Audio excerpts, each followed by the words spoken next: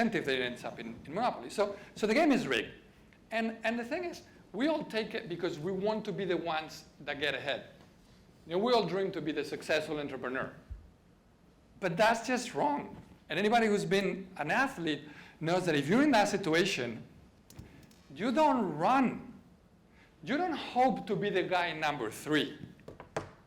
If you're the guy number 3, you don't run because you have an unfair advantage. You tell the referee, wait, there's something wrong here.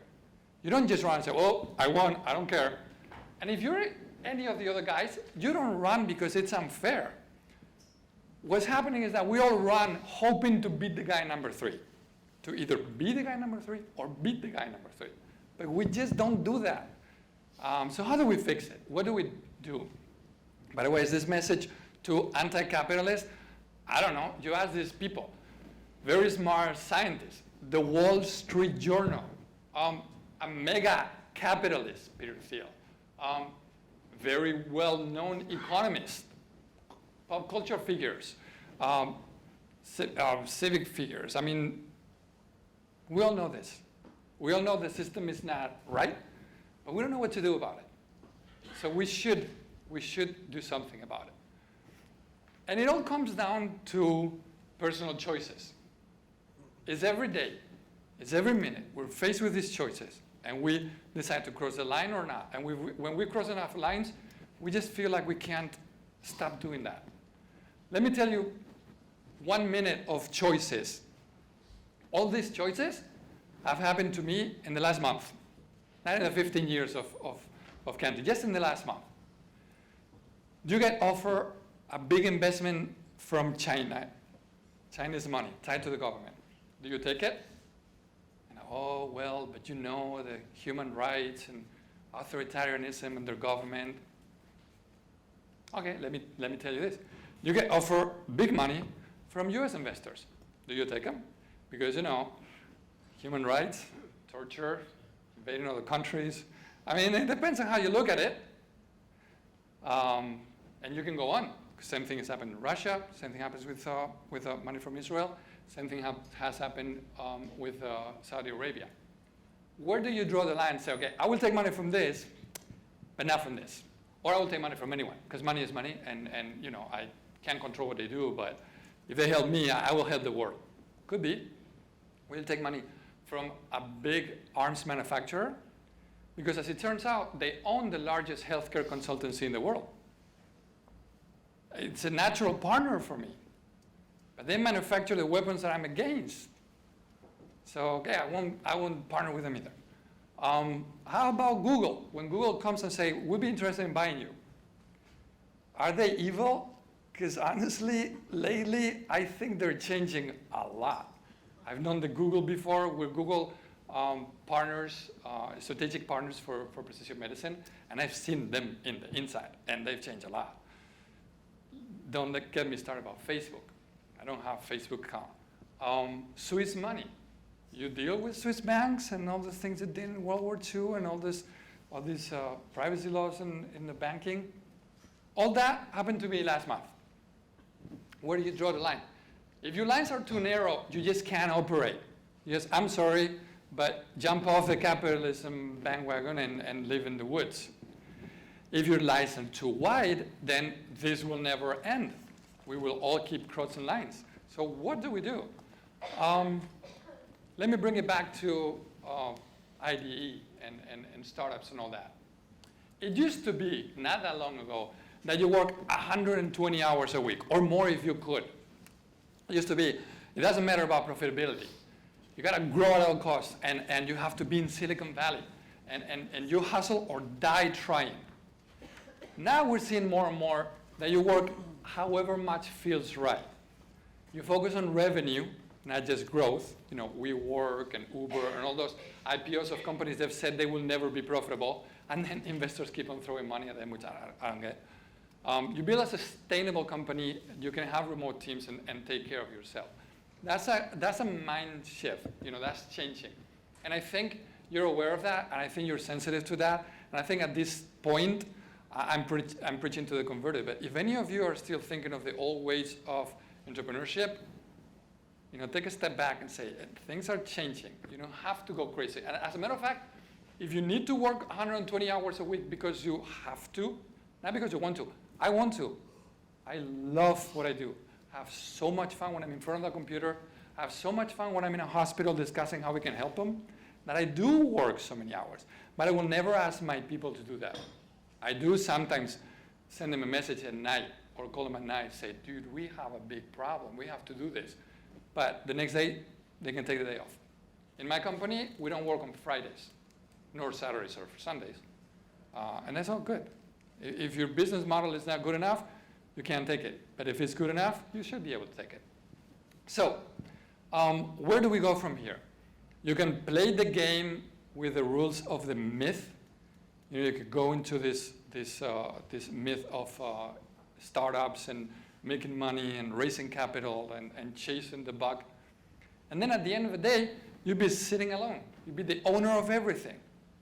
I feel Jeff Bezos has got to be really sad with all the money he has. The whole world is up to get him. The Saudis and the tabloids and Trump and the media and his workers who are dying because there's not enough money put into safety. And really, is that where he wants to be, the richest person in the world that everybody hates?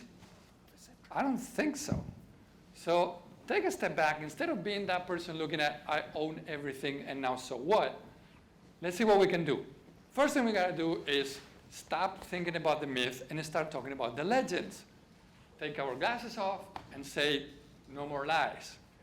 Start talking about this. Start making decisions. And this is where you come in, get those neurons thinking on how to help. It's good to have another social media platform. Sure. It's good to have another tech company. Sure.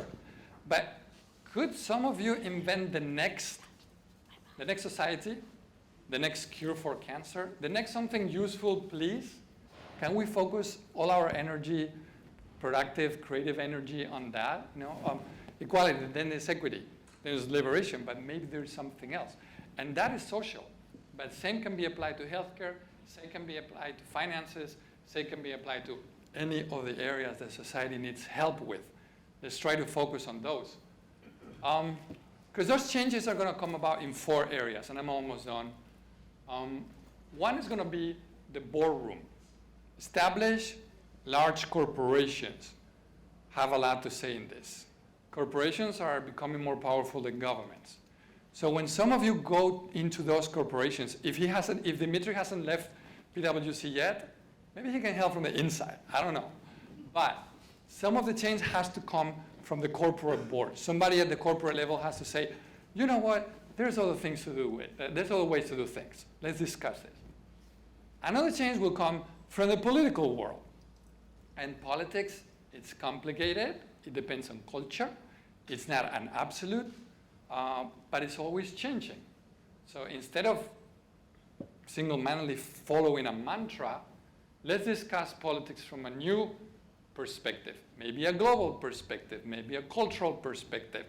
Do we as a nation, whichever nation, I'm not American, but I'm in the United States, whichever nation, do we want to be richer, more powerful, safer, maybe happier? Maybe happiness index is a lot more important than GDP. Probably GDP is related to happiness. So can we have those discussions? But I truly believe most of the change will come from this, from people with ideas, people with creativity, people with capability, technological, but not only technological, but technological because technology is becoming such an important part of our lives. And then discussions. We have to discuss. We have to be brave.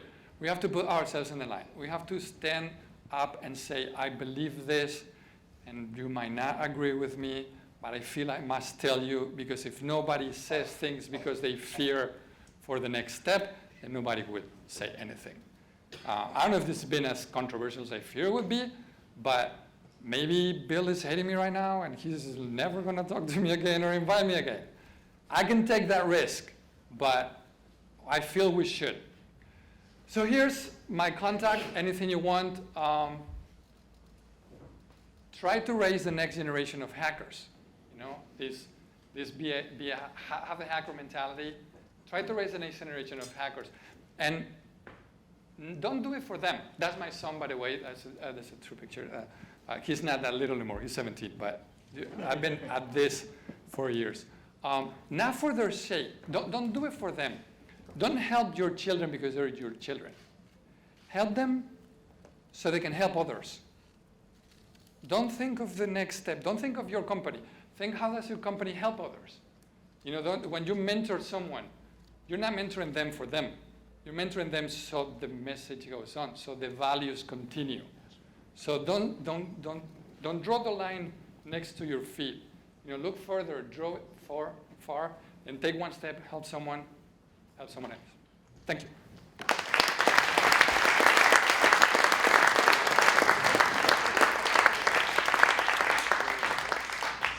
Thank you very much for making us think. Thank you for coming back in your travels. And, you know, that's what we're about. They're myths, and then you make them into legends. And entrepreneurship, to me, is creating a myth, but that's not where it ends. You have to make it into reality. You have to make it into a legend.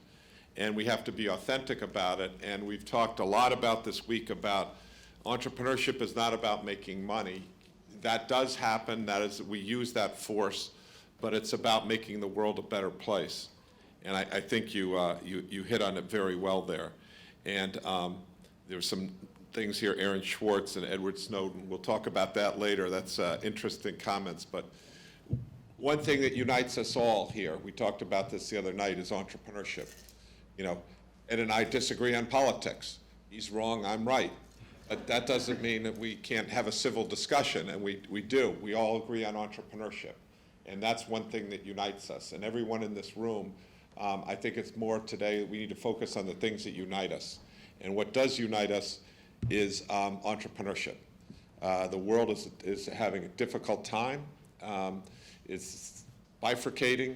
And when people don't have something to look forward to in their lives, they do crazy things. But we always talk about the super dignity, the dignity of a job. I believe there's a super dignity of entrepreneurship. So, and I'm just going to do this, and I'm going to bring Ed up. Sorry, you'll have the last word. I always do.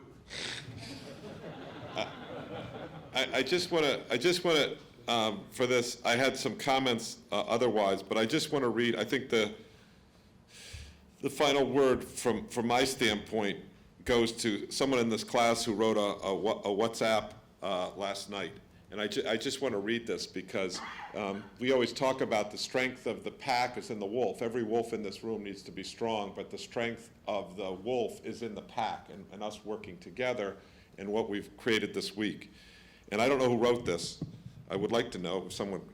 This is a picture from MIT. It says, "May God bless our beautiful cohort from all over the world, all colors, all religions, all nationalities. I've got to know you all far too little in far too short a time this week.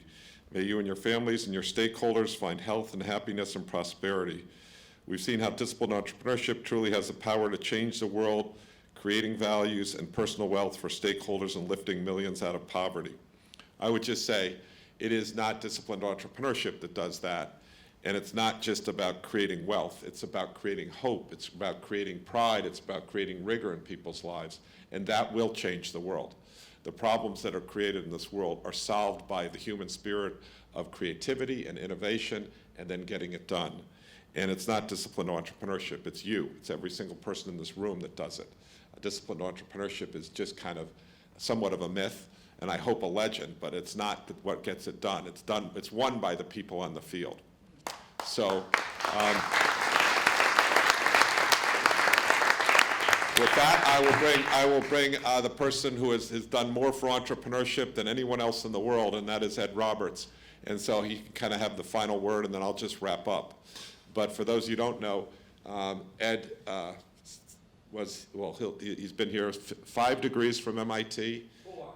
Came here in, what was the year? 1953 as a freshman. 1953. They just invented electricity at the time. And he literally. Powerful water wheels. And if you want to hear the stories about how he had, MIT does have entrepreneurship, but he fought to make sure that it was taught the right way, there was a center, and he's supported us enormously since then. And the legacy of this program and all that we do at MIT is thanks to Ed Roberts. So thank you, Ed. Thank you.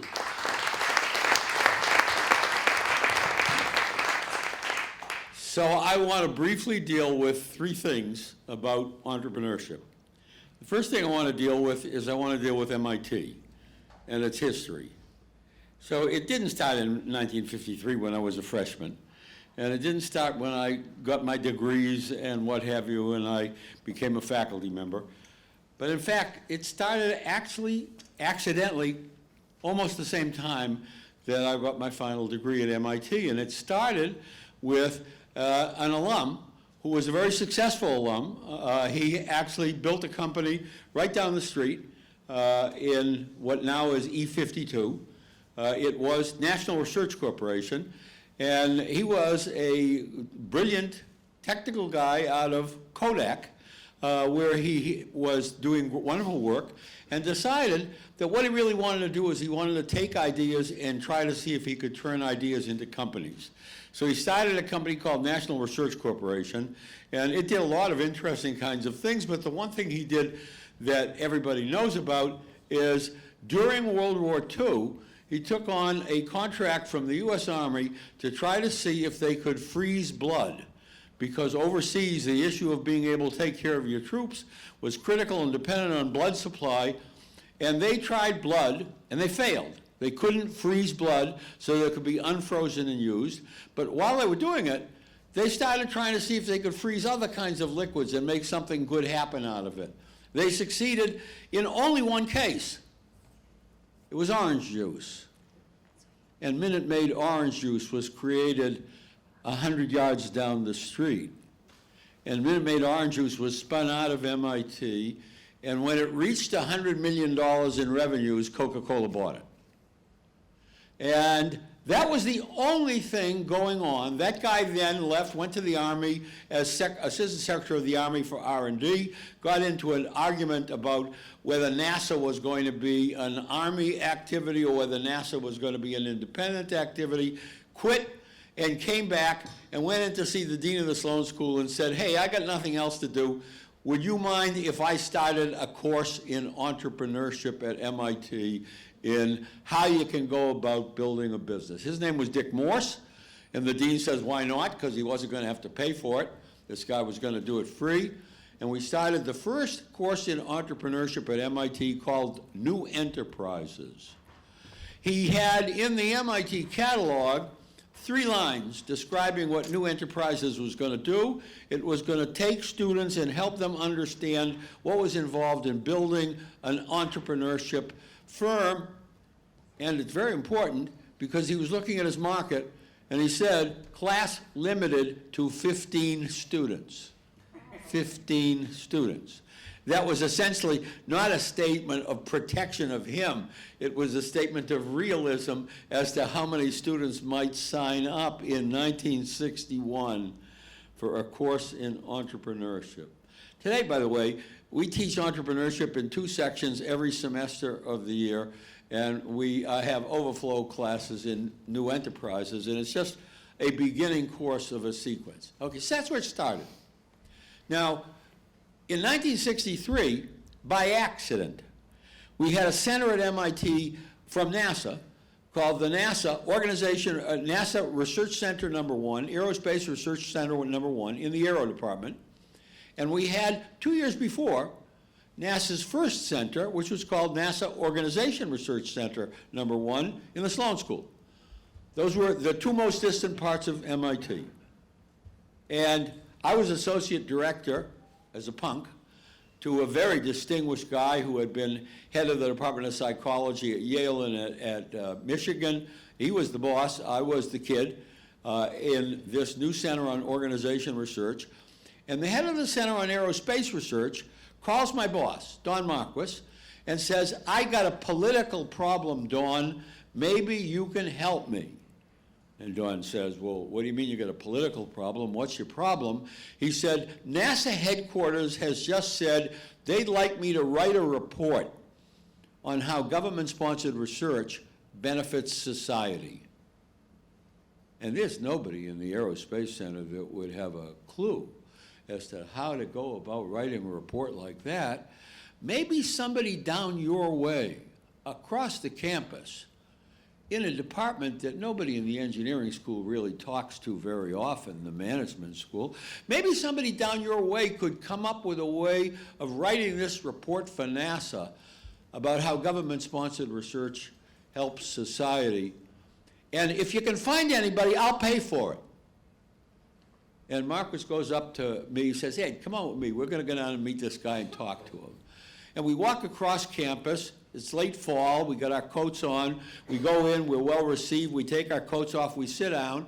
He tells us the story. And we sit there. And Marcus and I brainstorm for 2 hours, trying to go through every faculty member of the Sloan School and think about how would that guy come up with a research project to write this report to solve the problem of how does government-sponsored research help society? And we struck out. We couldn't come up with the name of anybody that we thought could write that report. And we apologized, and we got up, and we're putting our coats on.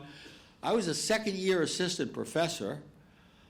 I turned to this guy. I say, can I ask you a dumb question? And he says, shoot, young man. It's 1963. I was 28 years old. And I said, don't I understand that people leave your lab and set up new companies? Oh, yeah, sure, lots of people leave our lab, set up companies. I said, the rumors are you encourage them. Oh, yeah. The rumors are you let them borrow equipment from the lab. Well, you know, they're all located right around here. It doesn't matter. They take it home over the weekend. They're going to bring it back. And they work for us full-time during the week, so it's okay. We do that. I said, so look, I don't know what I'm talking about. Literally, I did say that. I don't know what I'm talking about. But if we looked at the guys who leave your lab, and we looked at what they did while they're working in your lab, don't you think that they're taking ideas, techniques, technologies from your lab into their companies and into the market? And isn't that a way by which the government-sponsored research to your labs is getting out to help society? And this guy looks at me and says, how much money do you need? Well, Marquis was an experienced department head. We take off our jackets and we sit down again. And Marquis looks at me, he says, Ed, put down 2 research assistants. I said, 2 research assistants. Ed, in those days, you bought computer time. Ed, put down $1,000 for computer time. Ed, put down $1,000 for travel. I said, we're talking about local, put down $1,000 for travel. Put down 2 months of summer salary. Summer salary for faculty is 1/9 of your total year's salary per month. So it's a better salary blurb, and it's extra. Put down 2 months. Okay, we add it up. Add MIT overhead. 1963, MIT overhead was peanuts. Today, forget it.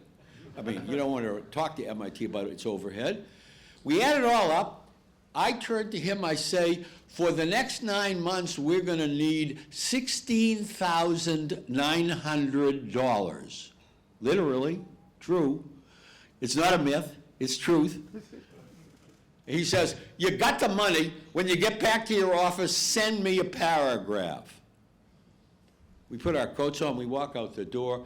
Marquis, the senior guy, pats me on the shoulder, says, Ed, that's a great idea for a research project. How are you going to do it?